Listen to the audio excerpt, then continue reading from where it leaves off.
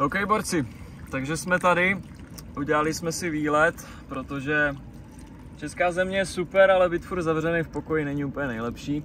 Nicméně napadlo mě to právě zdokumentovat na YouTube, takže jsem zvědavý, jaký z toho budou záběry, protože zážitky jsme za ty 2 dny, co jsme tady zatím zažili, jako neskutečný. Spali jsme ve stanu, spali jsme na zemi, ve spacáku, teď jsme ve Vířivce. OK, borci, hele, bude to velmi zajímavý, takže se těšte na jaký záběry z toho budou. Editora mám super, zdravím editore.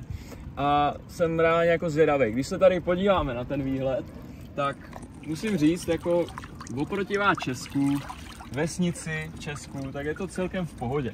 Jo? Vy tady ve Vířivce ráno, samozřejmě práce už máme hotovou a není tady špatný, borci. Takže uvidíme, co nás dneska bude čekat a jdeme na to, borci. Sei a tua idade, tu querendo me mandar. Não sei qual que é a tua, mas tu não vai me brecar. Porque se tu pensa assim, tu sabe que eu não vou te amar.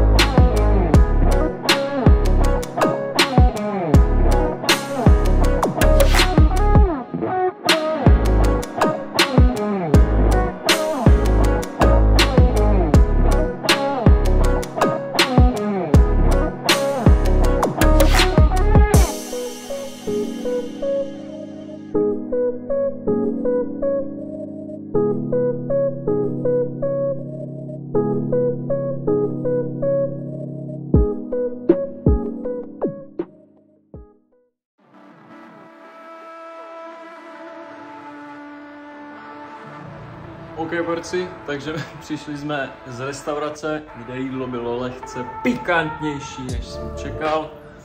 Nicméně další postup vám opět zdokumentuju, určitě nás ještě čeká spoustu dobrodružství. OK, borci, tak aktuálně mám hotovou prácičku, chystal jsem si nějaký nový videjka, takže se máte na co těšit. K tomu jsem si dal tady jahůdky mražený s nějakým způsobem cukrem s kořicí a trošku jogurtu. OK, borci, takže aby to dneska nebylo jenom o nějakých dobrých věcech, tak jsem si tady, musím se přiznat, jsem si koupil tady nějaký absolutně nesmyslný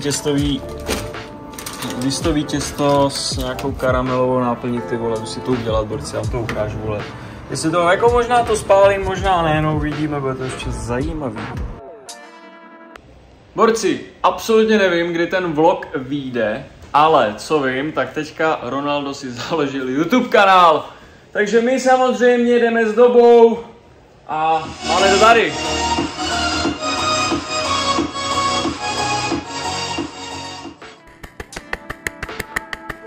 OK, borci, máme před sebou ještě pilnej večer, budeme pracovat, takže jsem se takhle posilnil a odměnil a večer nás čeká, borci, ještě práce. OK, borci, teďka tady mám takový jako deep work, nebo deep focus. Snažím si vizualizovat nějakým způsobem budoucnost, protože jsme teď tady v Maďarsku, v Budapešti.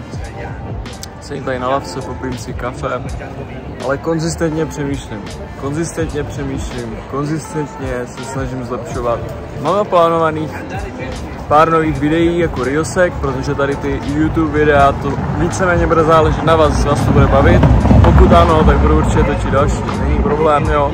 Nicméně jsem tady v okolí krásného Dubaje, večerní Dubaj, mě to přijde tak, nebo já osobně to mám tak, že vždycky večerní město mě přijde vždycky atraktivnější. Můžeš napsat do komentářů, jak to máš ty, ale já to tak mám vždycky. OK, borci, takže máme tady večeři, koupil jsem si nějaký sýr, losos, chleba, Lipton. No a posloucháme tady ještě samozřejmě Top Geo. OK, máme pozdní večerní hodiny, borci. Já už mám na sobě brýličky proti modrému světlu. Aktuálně odcházíme koloběžek. Jdeme ještě nakoupit na zítřek, protože budeme mít málo času. A nějaký záběry ze zítřku taky určitě budou. OK, borci. Máme tady další den. Dneska to bude velmi zajímavý, protože máme koupený lístky do první třídy ve vlaku.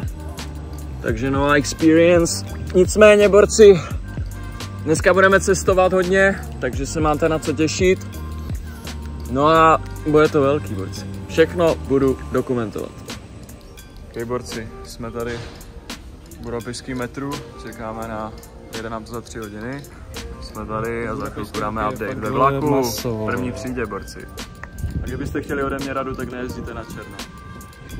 Budete platit 12 000.